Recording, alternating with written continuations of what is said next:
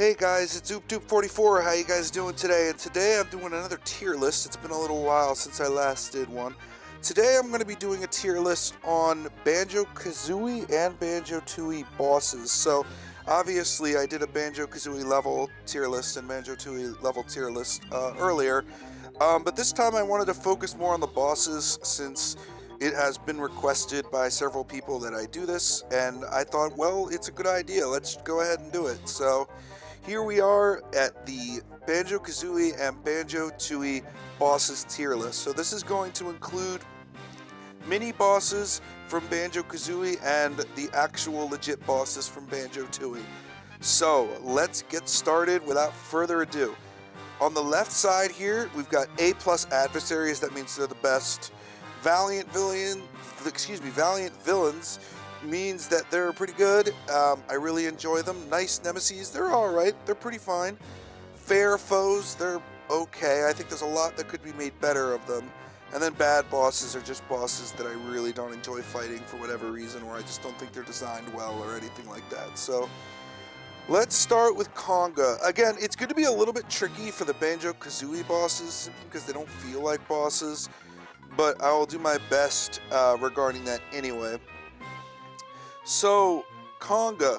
Conga is, I would say, a fair foe. He's alright.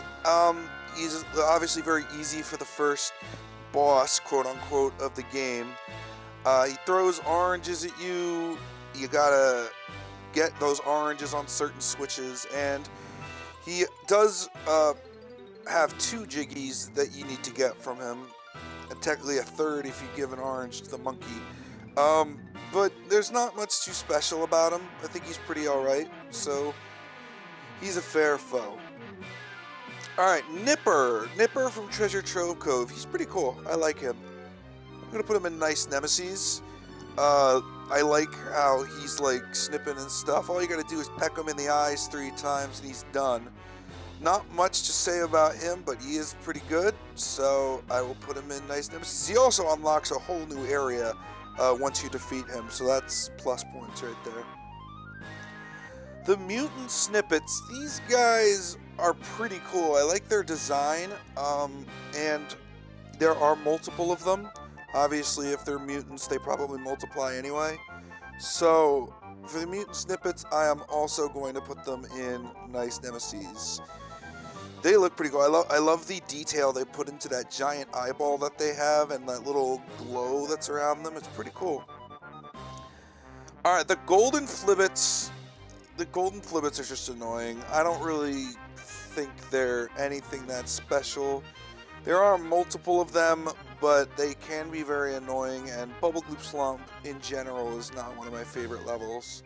So I'm going to put them into bad bosses. I don't think it was a very good design there.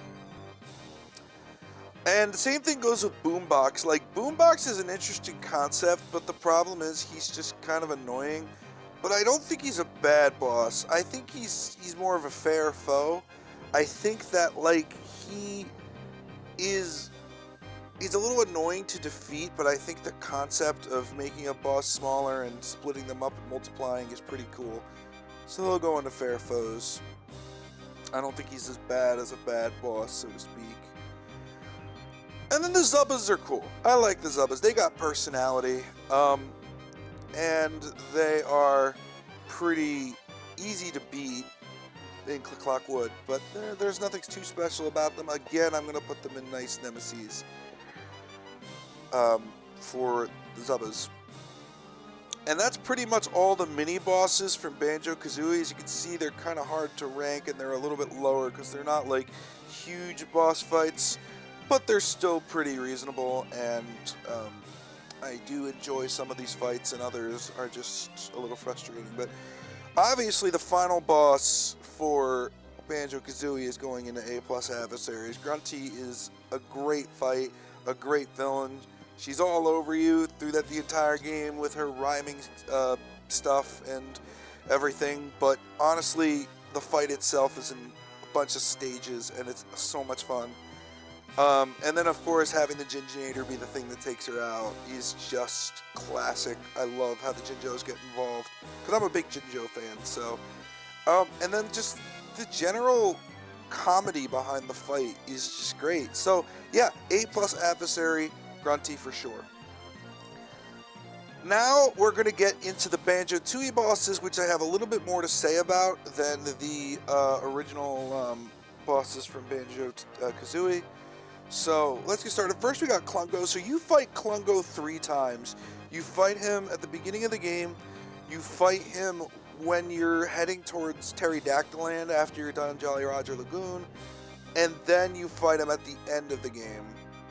So Klungo is an easy boss, but I feel really bad for him because he keeps getting beat up by Grunty, and then he kind of goes away from being, a bad guy near the end. I am going to give him a little bit of credit. I'm going to put him in Valiant Villains. I keep saying Villains. I think Valiant is a good word to describe Klungo. He does his best despite the circumstances he's in. And honestly, I enjoy fighting him. It is a little bit quick and it's a little bit boring, but I think Klungo belongs in Valiant Villains. I can't say the same about Targetzan, who's the first boss in the game. He is not very fun to fight. I'm going to put him in bad bosses, but he's above the Flibbits for sure. It's just shooting targets, and that's pretty much it. And it's just layered, and I just don't care for the design of him very much. He's kind of mid. He's less than mid. He's just bad. I just don't even really care for this fight that much. It's not really memorable, and it's just a fight that, I get through it so quickly that I don't really think too much about him. So, Targetzan, for me, bad boss. It's not close. He's not really that good. Old King Cole is an important boss because in order to use the train and unlock multiple Jiggies in Banjo Tooie, you have to beat Old King Cole. So Old King Cole is an interesting fight because you can use different eggs to kind of disintegrate him over time. But again, he's not super special. I mean, I think he's really cool. I like the name, obviously, with the pun on the real Old King Cole. I'm going to put him in Nice Nemesis. In a way, he is a nice nemesis at the end because he allows you to ride the train. But, I mean, not much to say about him, but his fight is quite interesting. Just taking off his body with different eggs. I think it's an interesting concept. Mr. Patch. So here's the thing about Mr. Patch. I love Mr. Patch. I love the way the fight goes. I hate the airborne egg aiming. And the same is going to go with the next boss. When we get to him. But Mr. Patch as a character is great. I love him. Because he uses the airborne egg aiming, it can be a bit annoying, but once you get down the controls, it's good. He definitely goes into Valiant Villains. Above Klungo. Yep. I just love his personality, and just the fight in general is a lot of fun. The music for it is great too. And then basically you have to shoot eggs to break open his patches on his thing, and he gets smaller and smaller and smaller the more patches you break down, and it becomes harder and harder to hit. I actually really like this concept.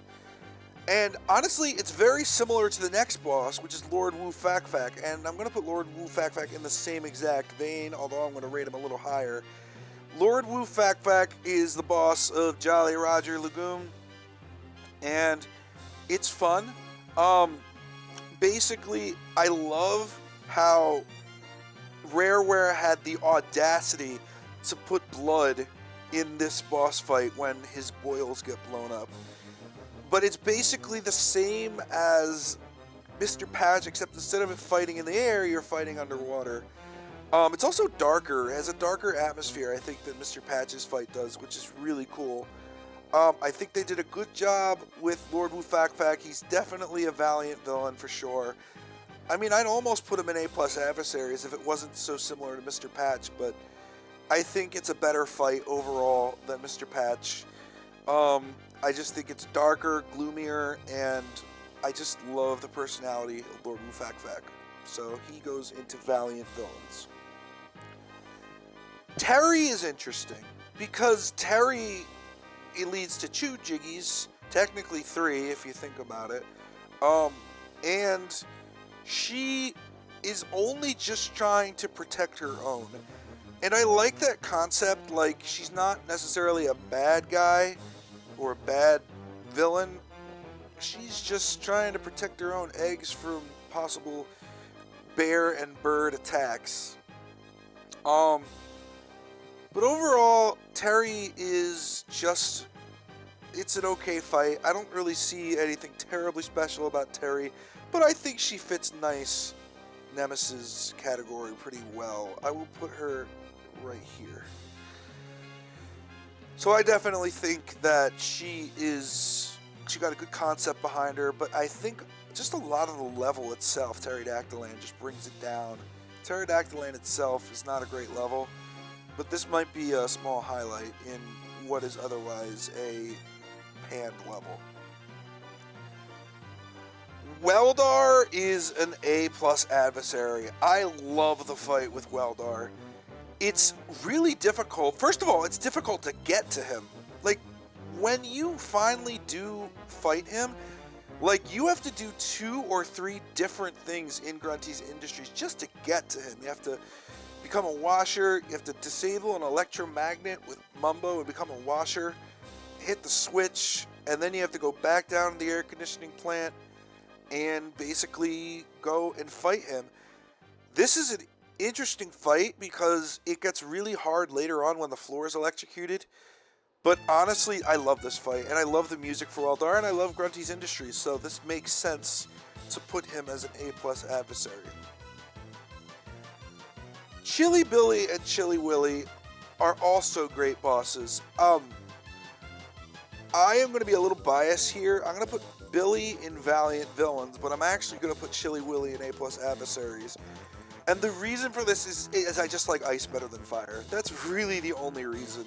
I just think Chili Willy is a little cooler. They really are the same, honestly, but Chili Billy's a little easier because you usually fight him first. I'm not saying you have to fight him first. Whichever dragon you fight first is the one that's easier, but I usually fight Chili Billy first. And then Chili Willy is just, I love ice. Fire is meh. Fire is mid, guys. But both dragons are really fun to fight. You use ice eggs on Chili Billy and fire eggs on Chili Willy, and they're really fun to fight. Obviously, Chili Willy being the second one I usually fight is a little bit harder, why he gets a little bit of a higher grade, but overall they're both great dragons for Hailfire Peaks and good bosses. Mingy Django, a lot of people really like Mingy Django. I am on him. Like, he's just a carbon copy of Mumbo, and you basically just shoot him with stuff to get rid of his shell and become cybernetic. Some of the spells he launches are really hard to dodge, so I don't really have much to say about that. I think that Mingy Django is a nice nemesis, for sure. I'm going to put him above Old King Cole. But there's not much, like, super special about him. It is pretty cool that if you become Mumbo and you go into Mingy Django's skull, like Mingy Django is sleeping, so Mumbo can just bounce off him. You can't fight him with Mumbo, unfortunately, but it is a pretty cool Easter egg that you can do in Banjo Tooie. But the boss also doesn't really fit the level aesthetic, so it loses points for that. But overall, Mingy Django is a nice nemesis for sure. He's a good fight. Finally, we've got the Hag 1, and the Hag 1 is not quite A+. It's good, but it's not quite A+. I do like how you can use the Clockwork Kazooie eggs to get into the vent, and there's trivia questions in the middle of the fight too. It's absolutely bonkers, but I don't think that Hag 1 is going to go any higher than Valiant Villains. Honestly, I actually think Lord Wu Fak Fak and Mr. Patch are both better than the Hag 1 fight. The Hag 1 fight is good. It's not a bad fight. It's just not as good as the original one for the Banjo Kazooie game with Grunty, but it's still a pretty decent fight. It could be a little annoying at times, but overall the Hag one is a fun fight, and it's definitely up there in Valiant Villains. So this is, I guess, how my tier list came out for the Banjo Kazooie and Tooie bosses. Obviously Grunty is the best boss, I think, in the entire series. Weldar is probably the best regular boss. Chili Willy and Chili Billy, like I said, Chili Willy's only a little higher because I like ice better than fire. But overall, they are both excellent brother bosses. Lord Wu Fak Fak is fun, and so is Mr. Patch. It's just the aiming mechanics that kind of keep them out of the A+ adversary. Hag 1 is a good fight. Klungo, I just feel bad for, honestly. That's why he's so high up. Miggy Django and the Old King Cole, Terry, they kind of fit in with nice nemesises. And Target Zan's all the way down and back. I really do not like the Target Zan fight. But the rest of them, all Banjo Kazooie sub-bosses that kind of fall into lower categories because they're more mini-bosses than anything else. But the only one that I really think is bad is the Flibbits. I just can't stand the Flibbits for whatever reason. And Boombox is not my favorite either. And Conga I just don't think really is that much of a threat. So that's why they're a little bit lower down. Anyway, that was my tier list for Banjo-Kazooie bosses. I hope you enjoyed it. If you liked this, make sure to subscribe to my channel. We have about 540 subscribers right now. We're hoping to gain some more, so if you really like this content, make sure to subscribe, hit the bell for notifications and stuff like that. Guys, I will see you later for another video. Have a good rest of your day.